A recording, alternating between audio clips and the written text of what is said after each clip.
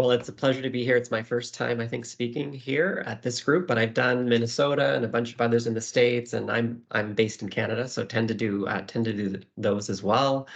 But it's definitely a great pleasure to be here today, and also the topic is of kind of special interest to me because kind of where my SharePoint journey started was ultimately in an intranet project. So I've kind of always kept tabs on intranets, and then I worked in the intranet space in a dedicated capacity for many years with Bonsai Intranet. That was an intranet in a box vendor, some of you may recall, and then kind of building SharePoint intranets, both custom and out of the box for years as well.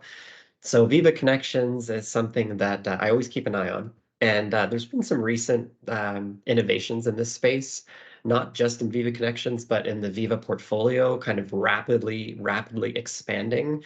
And it's a little bit much to keep tabs of it all. So a little bit about myself right now. I'm at Orchestry, which is a product you may have heard of. It's a governance tool for M365, but I do still really enjoy talking about topics outside of that space as well, and the internet being one especially near and dear to my heart.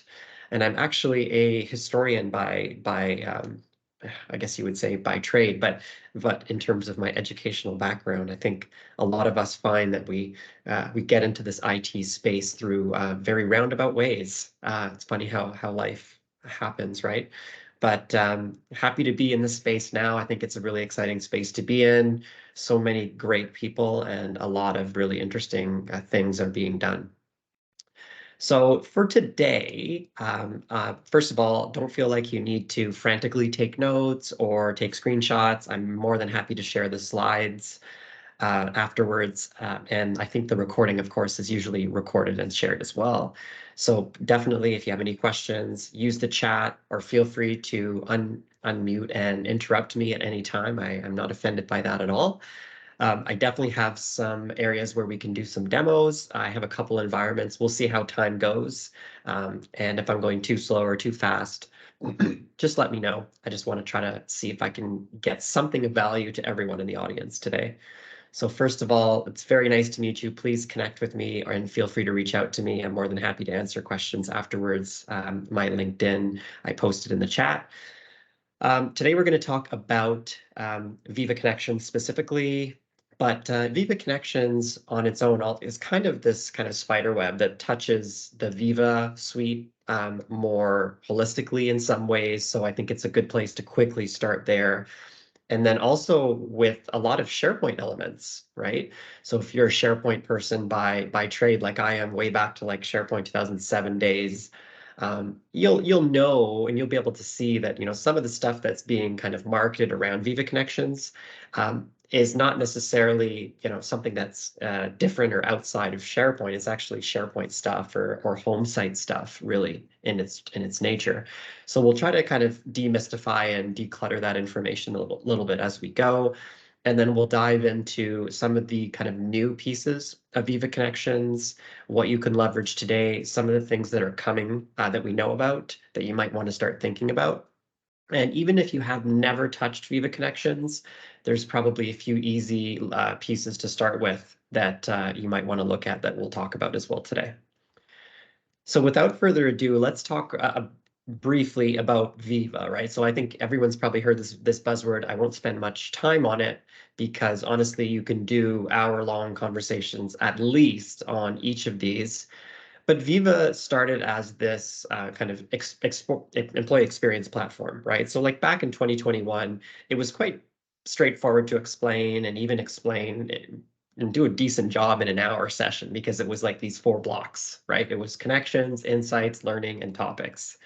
But things have gone a little bit wild since then, right? I think we're up to 9, I think by my latest count. We have connections, engage, amplify, insights, pulse, goals, learning, topics, sales, a lot, right? Now, that's not to say that you have to necessarily grapple with all of these because a lot of these require licensing and, are targeted towards customers doing certain things. But at the end of the day, it's still growing to encompass quite a lot of things now. And I think initially when it was pitched to me as this kind of employee engagement piece, those 4 pieces made a lot of sense.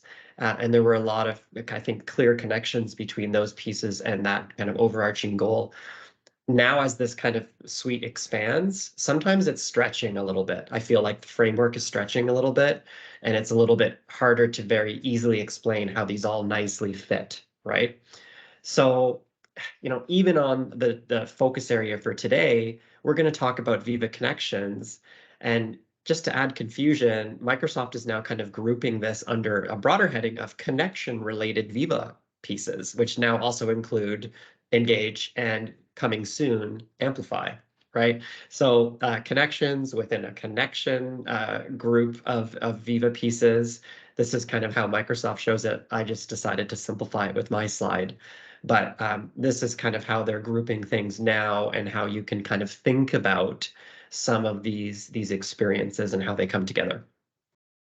Now, being a bit of a cynic, I will say that one of the reasons this came about, right, and Microsoft leaned heavily into the analytics on kind of the workspace trends and stuff, that people are feeling stressed and disengaged and overwhelmed by the amount of different places to look for information. And this was meant to be partly a solution to that. But I think Microsoft, in its own way, does contribute to these feelings. So that's kind of where I'm at, a little bit torn between the proliferation of these Viva modules and the original goal that we were trying to solve. So I'm right there with you and definitely sympathetic if you feel overwhelmed by the amount of this information. I do have some slides hidden here in the deck, one slide per each of these Viva modules. So if you're like, oh, what's Amplify or what's Pulse? I have a quick slide that's hidden that's in the deck that speaks to each of them. But I didn't want to dive too much into that today because that can be a can of worms that we kind of easily sidetrack ourselves with. So let's now focus in on Viva Connections today specifically. What is Viva Connections? Let's kind of unpack the idea. What is it? How can you use it? What are the benefits? And what would be some of the kind of concrete tactical next steps you might take? So I think when Viva Connections first came out, it kind of was this almost like I call it a package here. So what was in that package, right? So ultimately there was what used to be called the home site app for Teams. And it kind of took on that branding by now being called Viva Connections, essentially allowing you to bring your home site in SharePoint into the Teams experience, which for a lot of companies made a lot of sense, right? A lot of companies were moving towards Teams being the hub for teamwork, and a great way to drive people to an already existing intranet, often a home site, is to bring it into Teams as kind of a pinned element right at the top, right? So this was originally the home site app and then became Viva Connections. And while they announced that, they also kind of announced a bunch of other things. And it was, this kind of a bit of a gray area where some of these fall today in terms of strictly Viva Connections related or things that you can use outside of Viva Connections. But just because you will hear talk of these things often when you delve into the world of Viva Connections, I thought I would just quickly talk about them. But also, again, my cynical side will call out where some of these things are not strictly connections related, they're SharePoint related more than anything else. So let's quickly look at each of these, and then we'll talk about where we're at today with the tool set. So obviously, the home site app was the first piece, and I think the piece that caught the most attention, right? Because for a lot of companies, they've already invested heavily in an intranet, whether it's custom or out of the box with SharePoint, which is increasingly easy to do and deliver a great experience like this, which the idea was, let's bring this into Teams. Let's get more viewership on this already existing asset we've invested in. We want to get people we want people to go to our intranet. Instead of it being a URL that they have to hit, let's bring it in right kind of embedded into the Teams experience. So this was kind of the original kind of vision when it came out, and it's since evolved into beyond that. But it also included some new web parts, which if you're a SharePoint person, you're always excited by new web parts. I know I am. And one of them that's very critical at underpinning the Viva Connections experience is called the dashboard. Now, if you've ever built an intranet or you have an intranet, you know that basically on every intranet you've ever seen, you're going to see kind of an area where there's quick links, tools, resources, whatever you want to call it, right? There's things that everyone needs to get to from an intranet that are corporate resources that everyone needs. The idea with the dashboard is to kind of basically take over that space and give it a better treatment. So instead of them just being boring links, they can all be cards. They can be dynamic cards. If you want them to just shoot you off to a resource, they can, but they can also open up in a floating dialogue or a pop-up window experiences like this daily health check that I have scrolling through here that you can actually action and deal with directly from the dashboard, right from the homepage of the intranet, versus having to go somewhere else, right? So the less we move people around, the better. So the dashboard is this really easy to build modular kind of canvas that allows you to create these tiles that can take over these links that you previously did another way, but also bring in actionable elements into it as well, which is the really cool piece, is that people can engage directly with it versus a static list of links, which ultimately you click on and it takes you somewhere else. So we'll talk a bit more about the dashboard in a second. I'll talk you through what you can do with it and how you can even turn some things that if you have now as links can easily be turned into dashboard cards. Another thing that was announced around the same time as the dashboard was the feed.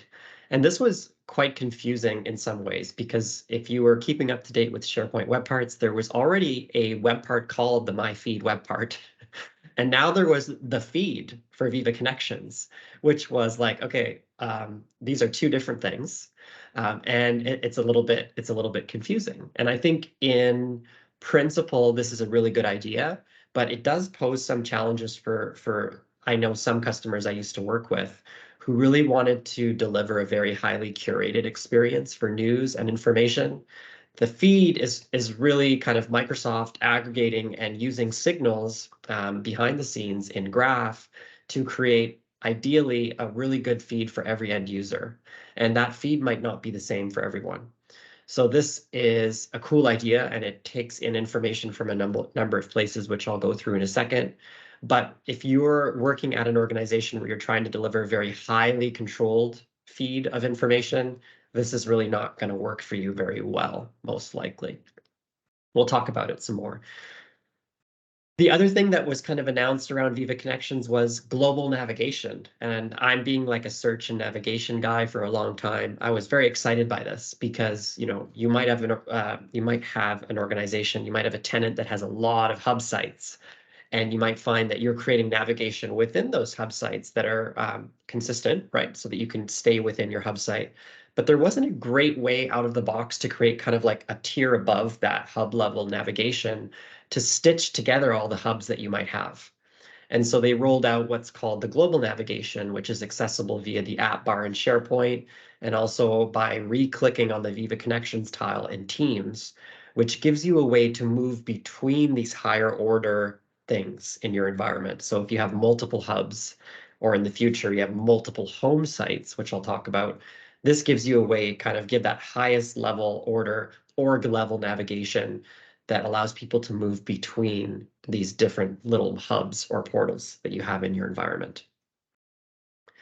A big focus around all of the Viva Connections pieces was audience targeting. And this is something that is, I think, very much appreciated. I think we love the ability to be able to do this. But I think ultimately organizations are always a little bit hamstrung in their ability to do this by two things. One, do they have enough content to really target content to different audiences? That can mean that you have to multiply the amount of content you have by several orders of magnitude in some cases. The other problem is, do you have nice groups that allow you to target information at groups? And often that means people say, well, our AD is not really in very good shape right now, so we can't do that yet. It's great things to work towards. I would say you don't need it for your phase one of your intranet or your Viva Connections deployment, but it's a great thing to work towards because the more your intranet feels relevant to people, the more you'll have success with it.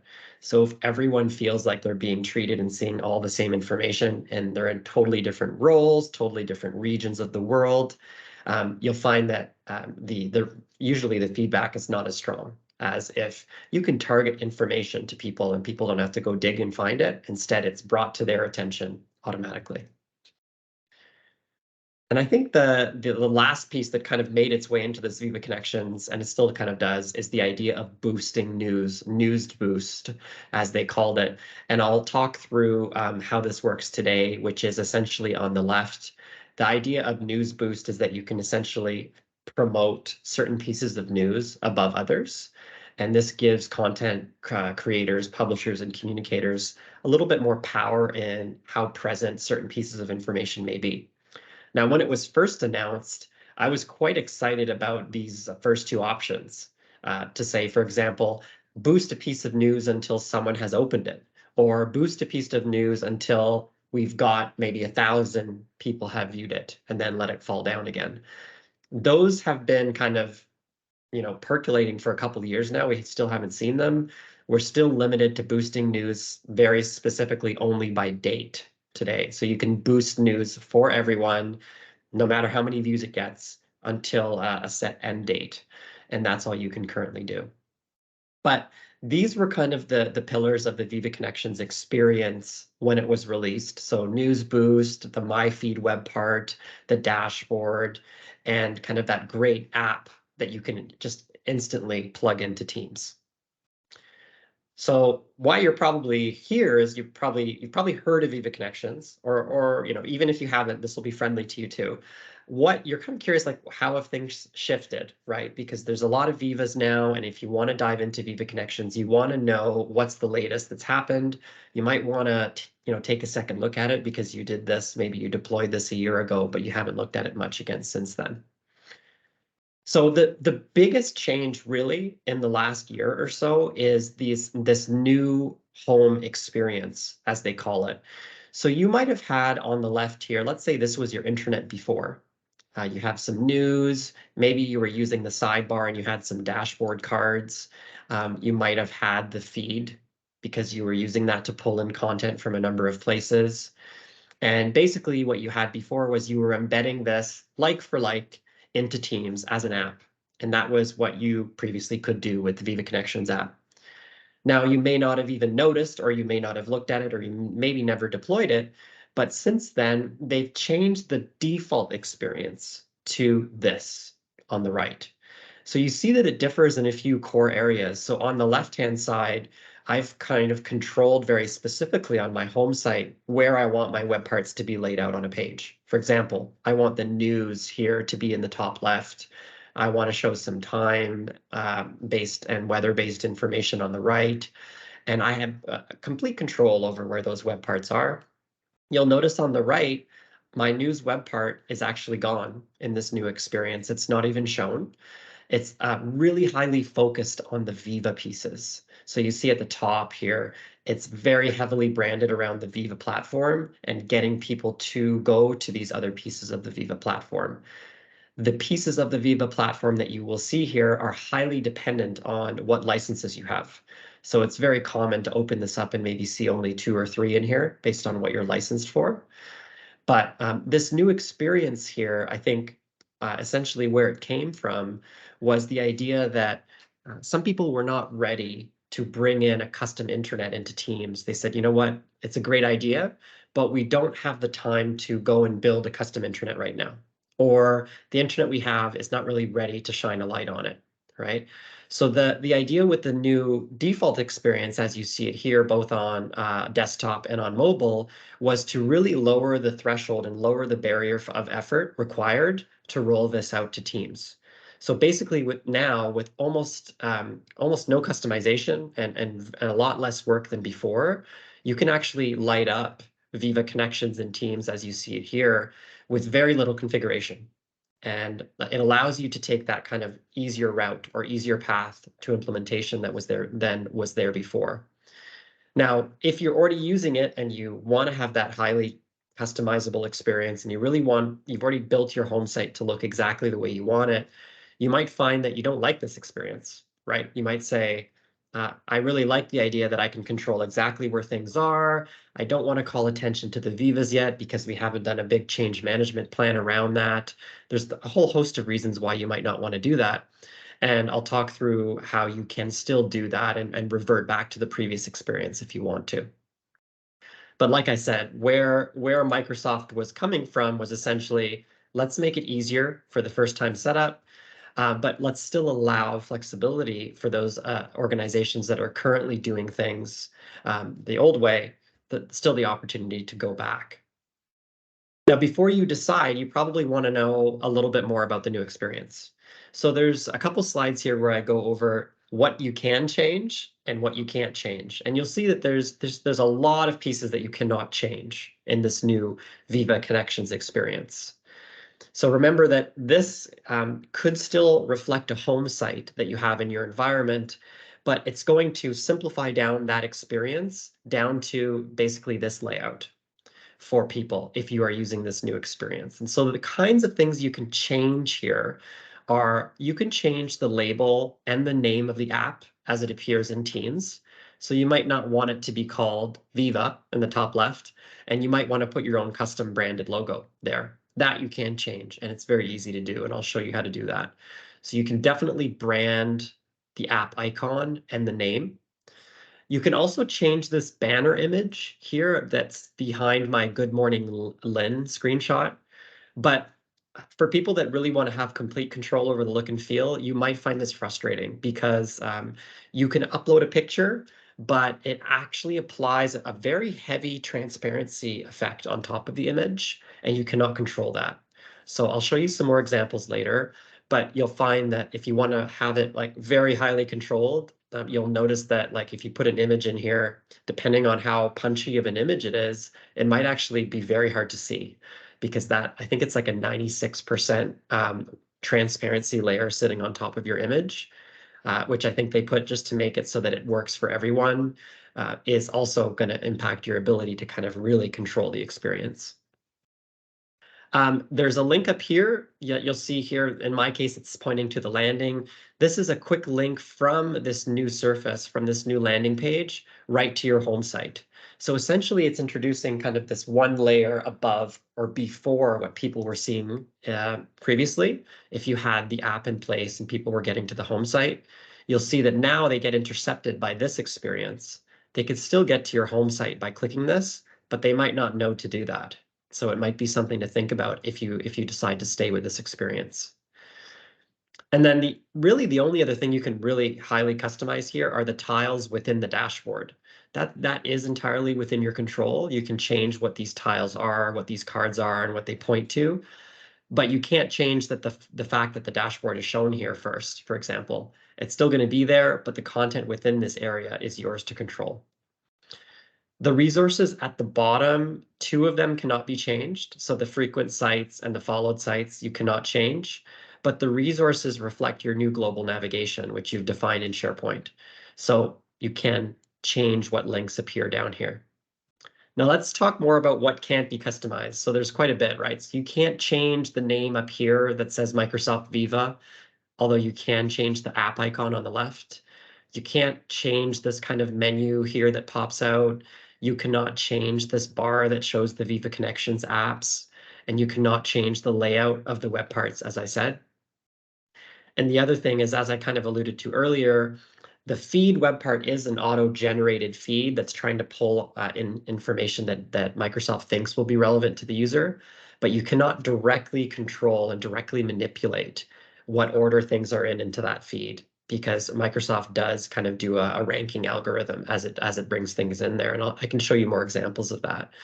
But while you might be able to dictate what sources of information come in here, you might not be able to specifically like pin one to the top the way you would want to, other than using the news boosting feature, which might not get you there.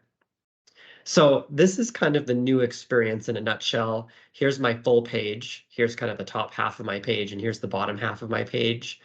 And you see that it's meant to, again, lower the barrier or threshold of effort required to roll this out into kind of an experience that for a lot of companies will work right out of the box with very little effort and will look very nice without having to do a lot of thinking around the design. But like I said, you might already have a home site and you might like it, and you might have put a lot of effort into it, into how it's designed, how it's laid out, exactly the information that's provided there. So you might say immediately, I want to turn off that experience. I don't like it. And you can. It does require PowerShell. I have a link to it here. And basically it's a true or false. It's very simple, even if you're not a PowerShell person like me, just kind of a newbie. It's very easy to run, and you can basically say, please revert the experience back to my home site experience. I don't want to show this new experience, at least right now. So you can turn that off and have it show your home site. And so I'll show you some examples of that in a second. Anyway, if there are any questions about any of this, feel free. I'll keep watching the chat here on the side. But I think one thing that's kind of the elephant in the room here a little bit is you've heard me refer to the home site a few times, right? And you might be familiar with it, you might not be familiar with it. So I think it's worth spending, 3 or 4 minutes just talking about kind of IA site architecture in SharePoint, because it does have some linkages with Viva Connections. So I kind of like to use this hierarchy to explain kind of our main site level building blocks in SharePoint. So at the top level, we have our home site, and currently you can only have one of those per tenant. But you see a big asterisk here. There is definitely on the roadmap, the announcement, it's supposed to be this summer sometime, the ability to roll out multiple home sites per tenant. So that's really great for big organizations or organizations that have subsidiary brands, where you want to say, based on the division this person works in, they should see this home site. But if they're in another division, they should really see this home site. That's coming very soon. But today, as it stands right now, you can create and only nominate one site as a home site, and it becomes your kind of overarching site above everything else in your tenant. Below that is kind of this concept of a hub site. Now, a hub site is really a site collection in SharePoint like any other, but you've nominated it with a special status, and you've basically flagged it as a site around which other sites should orbit. So you'll notice I use this kind of solar system type metaphor, and I'll show you an example of that in a second, because for me it really helps me explain this idea of kind of things revolving around other things. And then we also have sites we've had at SharePoint for eons. We used to have, and we still can create sub-sites, but that idea is kind of going away. Microsoft is kind of phasing it out in favor of this more flexible hub and spoke model, which uses hub sites and sites more flexibly versus having to create a site under which other sites exist and are kind of physically always going to be under that parent site. There is one other flag I'll make, which can impact the way that your information flows up. You can also nominate sites in your tenant as organizational news sites. Now, that does not automatically make them a hub site. It's a different substatus that you can use, where you can say, I have certain sites in my organization that are really my authoritative news providers, right, in my organization. For example, you might say HR. HR has a site on our intranet. They publish a lot of news about HR related information. I'm going to nominate their site as an organizational news site. And that's going to help bump up the presence and visibility of the news that they create. And will have some impact on some of the web parts that we use. So maybe it's because I have a young daughter, but I really like this metaphor here of solar systems for me to help explain this concept to people. Right now, our sun in our solar system is our home site. It's the nexus. It's kind of the middle piece around which everything else orbits. And then we have these other pieces, like here, we have different planets that might have little things orbiting around it. So these are our hub sites. Any of these planets that kind of have their own little mini orbit around them, like our planet and our moon, for example, are hub sites here that have their own orbit, but they still kind of float around and are, can be connected and flow information up to that home site. And then at our bottom level, we have a moon, or a small object that's orbiting around a planet. So I'll use an example here. Maybe you have the sun is your home site. That's your intranet. That could be your root site in your SharePoint tenant. You might have 5 or 6 hub sites that are like quite large, right? You might have like an HR hub that has a lot of sites around it, and all of that information should flow up to that HR planet, right?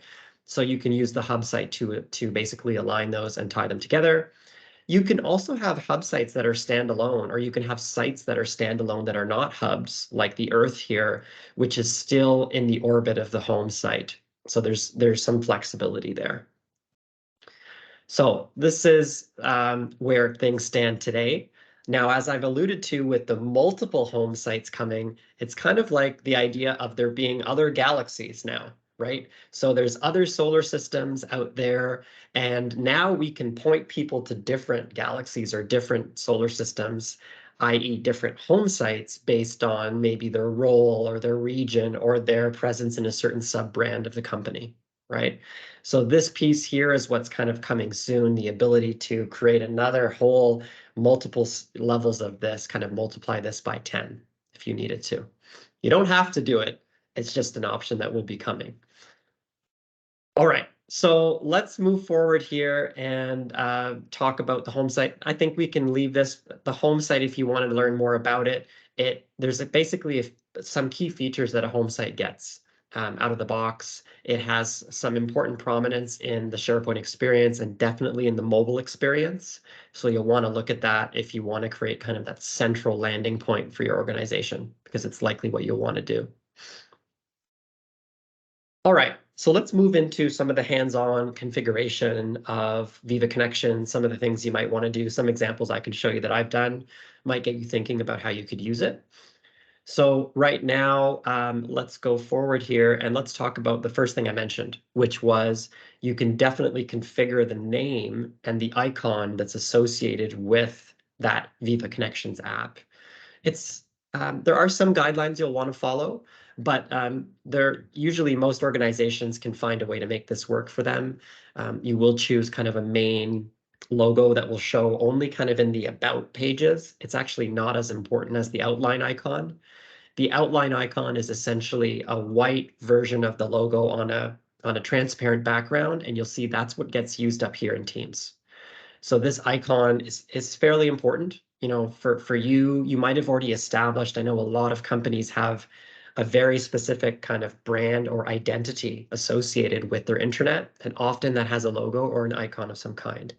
So here I just went with something very generic like a hub, but you can put, you know, anything you want here. It could be a house, it could be whatever, right?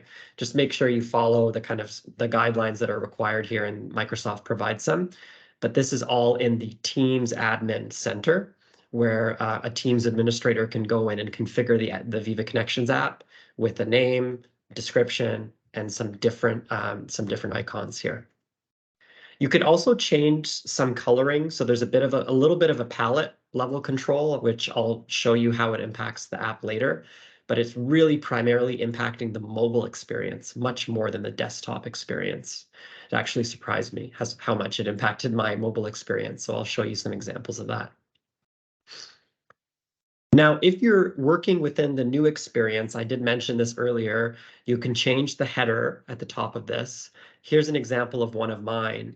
It's very washed out, like I said, right? So there's a very heavy overlay on this. You can upload your image of your choosing. I don't want to take that away. You can do that, and you can reposition it like you're probably used to in SharePoint with headers elsewhere.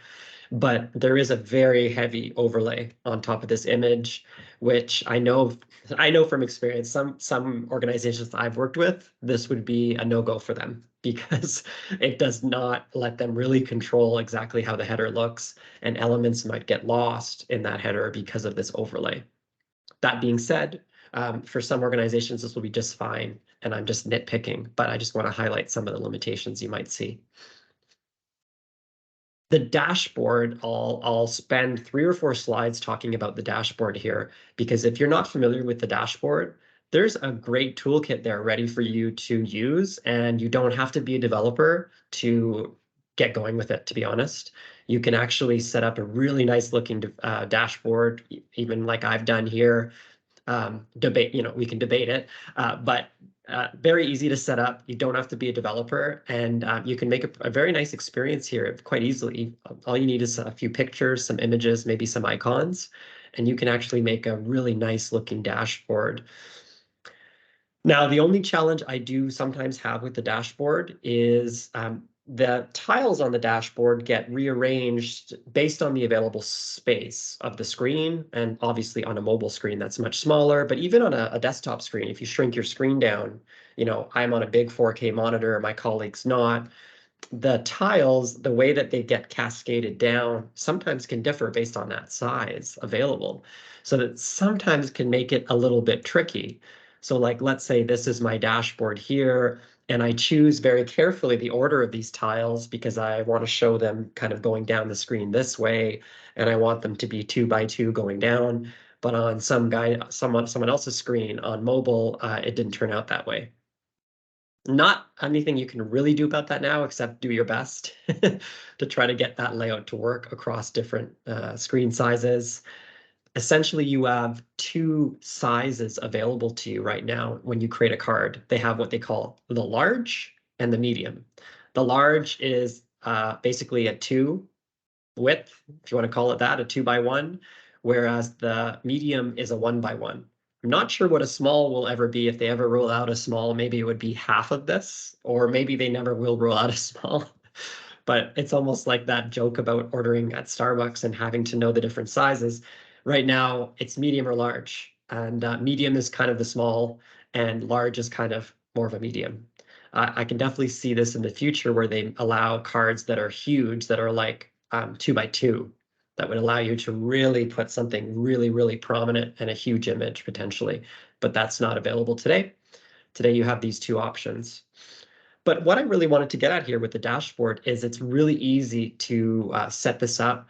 You just click this plus here in the experience. It's very much like building a page in SharePoint where you're adding web parts, and you can simply choose. These are the currently available types of cards you can create. So you can definitely create custom ones if you have in-house development teams, IT teams, developers. You can create custom cards that can essentially be anything. Or, you can start with an easier path. Maybe you don't have access to that, and you can create your own through what's called the card designer or even the web link.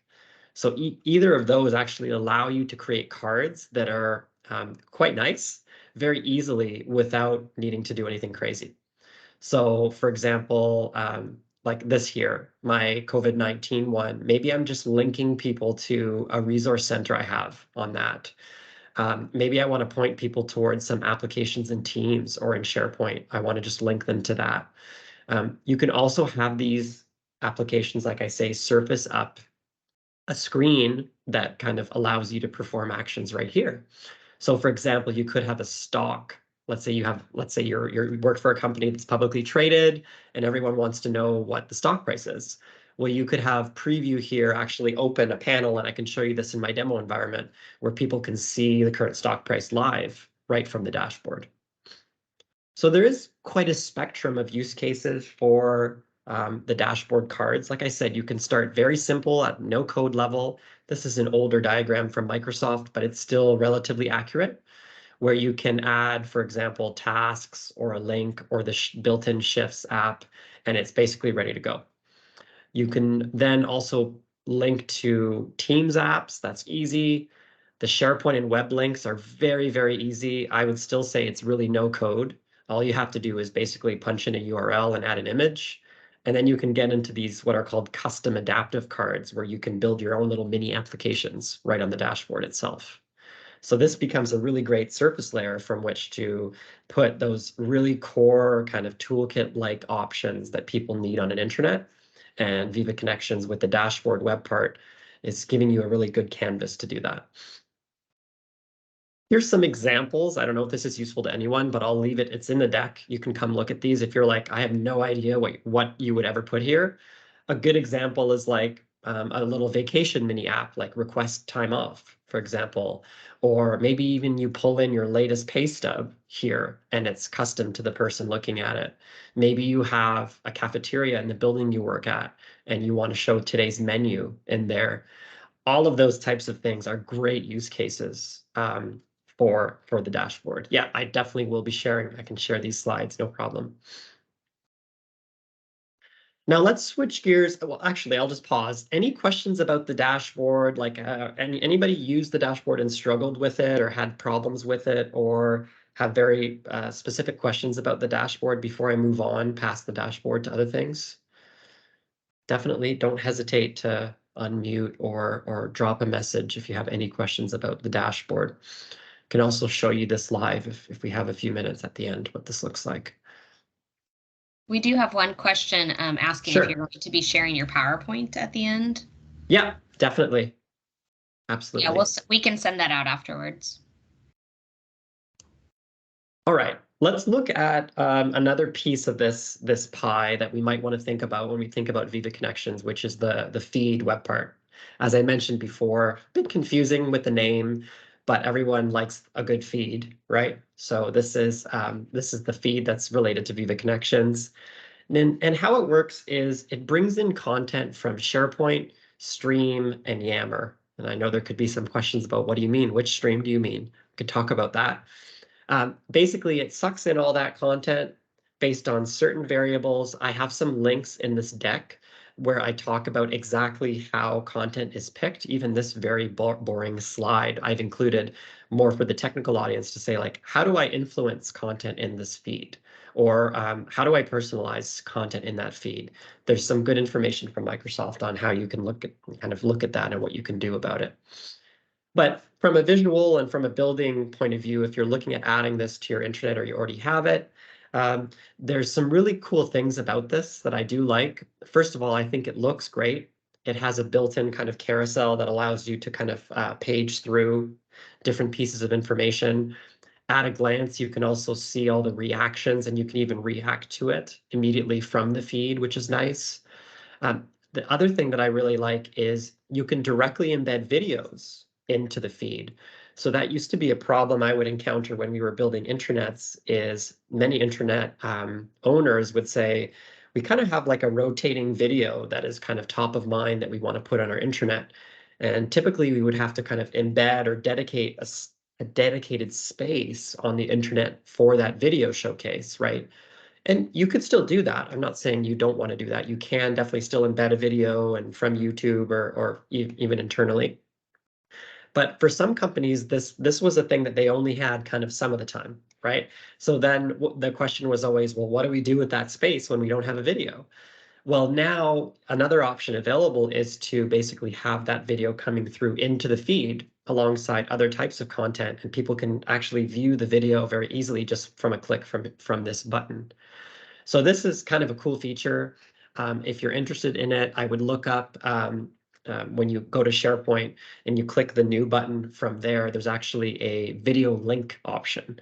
And that's how you create a video linked card in the feed, is you create it as a video link, point to some video you have in your environment, and that could be the new modern stream where you just have videos and document libraries like every other type of file. Just point the link to that, and you can add a description, I think, in a title, and it will appear as a card for you here. So this could be a way to integrate more dynamic types of content, more rich types of content into your intranet. So what can you end up with? Like, here's an example of an intranet I threw together where I have my feed. I kind of like it this way, where I have my feed horizontally. I have my dashboard vertically, but you could flip them. You can do it the other way and have your feed on the right-hand side. I've just always often veered towards intranets where like my tools are on the right-hand side, my kind of content is on the left-hand side, but that's partly personal preference. So here I have kind of my custom intranet.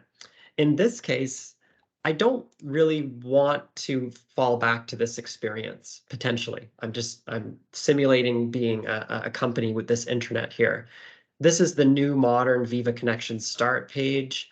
You see that I lose quite a bit of like the configuration I've put into it, right? Like my header image is much less visible. I lose my curated news tiles, and it falls back to this more basic experience, right? Where good morning, I get my Viva tiles. Like you can see here, I can only see 3 of them. And then I see my dashboard, my feed, and my resources. In this case, I want this to be my home experience. So I would run the PowerShell command, and anyone that hits my Viva Connections can see it this way, exactly the way I intended it to be. And there's a lot less of that kind of abstraction that Microsoft is doing for me. I'm controlling exactly how that experience looks. So the flexibility is still there. If you're like, let's say my fictitious organization here, you can still ensure that you have complete control over that. And if you're not quite there yet and you're very happy for this to be the home start experience, that is the new default. So you can definitely try this out as well. And if you're curious what that looks like on mobile, they've basically broken up those three pieces, those core pieces of the Viva Connections experience into 3 different tabs of the mobile experience. So on mobile, you land on the dashboard, you see the tiles cascading down. You see here I have a menu. Then you also have a feed tab that shows that feed of information. And then you also have your resources tab, which is like your global navigation links. So that's what it looks like on a phone if you're curious. So that's kind of where things are at today. Essentially, you can decide which of those 2 main experiences are right for your organization. You can make sure that that's what people see. And then with either of them, you can invest the majority of your time, I would argue, kind of in making that dashboard really shine, those tiles, and maybe making sure that you're getting enough content coming through the My Feed that feels fresh and pertinent to people. And then even thinking about that audience targeting piece as well. Now, if you're curious what's coming, I will share. This is some of the stuff that was shared at the most recent Ignite. This is kind of the stuff that's available now. Tablet support just landed this month. So tablet support now has kind of a dedicated supported experience where it was kind of falling off into a bit of an abyss before. That's available now. So if you have users coming in via a tablet, you have a very nice experience as well, which takes advantage of that extra real estate. Some of the things that are coming, and you kind of have to use the icons here for legend purposes. There's going to be a Viva Topics adaptive card coming, some better analytics. Really, the big one in this list is that multiple home sites and multiple instances of the Viva Connections app per tenant. So there will be ways to create these different sub experiences for different audiences in your company if you need to. With Viva Engage, which is Yammer, there's going to be a couple things coming, and Yammer is continuously being integrated, and we still are seeing investments in Yammer and Viva Engage, of course. So I think that will continue to be relevant and pertinent in this Viva Connections conversation. Whether your organization chooses to use it or not is a decision you will make internally. Not everyone is using it. And then Amplify is coming. Viva Amplify, I can show an example of if anyone's curious of, but it's the idea of kind of a new, richer tool set for communicators to really amplify their messaging, their messages, your existing news, and getting that out there with a kind of richer toolkit than is available today. So if you're really excited about this more than one instances per tenant, more than one home site, this is the roadmap entry you can look up. Right now they're saying June-ish. These dates are always somewhat, let's call them fluid. They change. Sometimes we go past the dates and they haven't been updated and we still don't have it. So I wouldn't say like put money or place bets on this date necessarily, but that gives us a rough sense of when they're targeting. They're targeting the summer timeframe to roll this out. Some of the other things that I noticed on the roadmap, in case you're interested, I just pasted here other connections related things that are coming. Some more notification-based things are coming. Some better support in the admin center for controlling this is coming as well. So there is some stuff there. Yeah, thank you for sharing that, Sharon. That's to me the one that like will definitely get the most hits.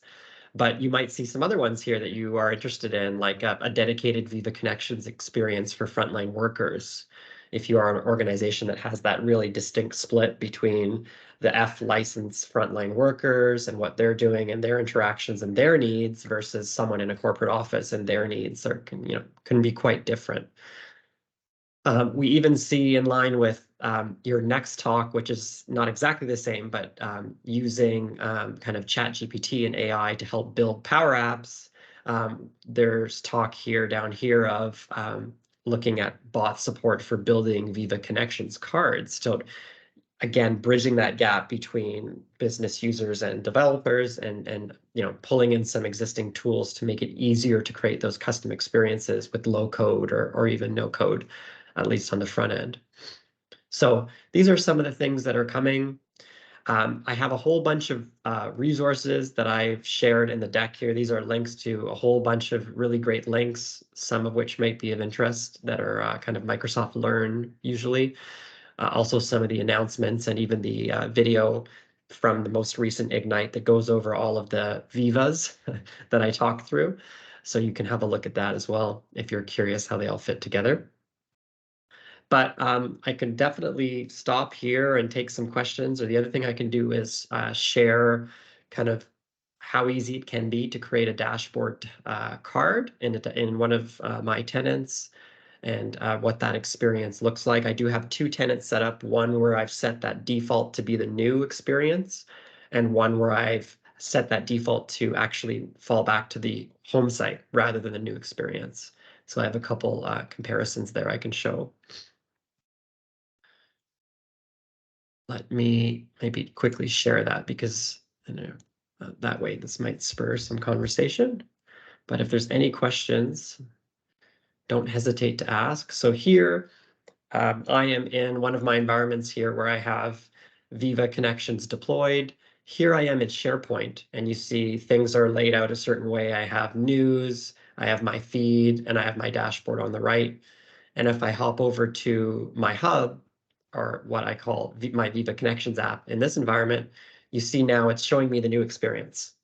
And I can still get to my home site by clicking the hub button in the top right here, but it is that one extra step, right? So there's kind of this layer that's intercepting me. It's kind of like Viva layer here, where it's showing me the dashboard and the feed and some built-in resources. And like I said, there's a place for this. For some organizations, this will be very helpful because you don't feel maybe as pressured to kind of do a huge project around the home site right now. You're happy with maybe just focusing your attention on the dashboard, building some nice cards in there, and then this experience can be very good.